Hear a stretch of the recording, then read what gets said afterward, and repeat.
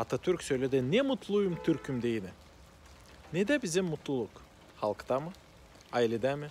Uşaklarda mı? İşte mi? Parada mı? Sevgide mi? Kimin kısmeti parada? Kaybeder kısmetini de parayla bile. Kimin kısmeti ailede? Kaybeder kısmeti. Açan başlayırlar ilk zorluklar, hem anlamazlıklar ailede. Kimin kısmeti uşaklarda? Kısmetini de kaybeder. Açan uşaklar seslemir de gider evden. Kimin kısmeti işte mutsuz olayır. Açan kalır işsiz. Ne de halis kısmet. Kimse der sevgi, o halis kısmet hem mutluluk. Sevgin olsun. Sevgisiz kaldığında ne?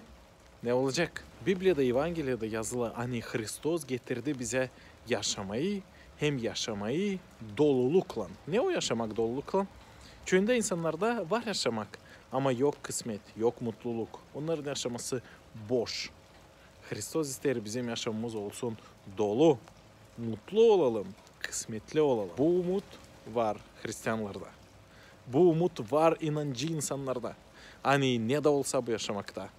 Ne de olsa, ne de zorluklar olsa, hastalıkla, parayla, başka insanlarla, sevgiyle, aileyle biz kısmetliyiz. Zeri Hristos her zaman yanımızda, şimdi bu yerde. Öldüğün anda olacağız onun yanında. De bu halis kısmet. Bu kısmet hiç geçmeyecek. O başladı burada da bitmeyecek. Zeri o her zaman olacak göklerde, diveç yaşamakta. De bu Hristiyanların mutluluğu hem kısmeti. Dostlar, siz beğendiyseniz bu videoyu koyun, like yapın, repost. Kalınız sağlıcakla.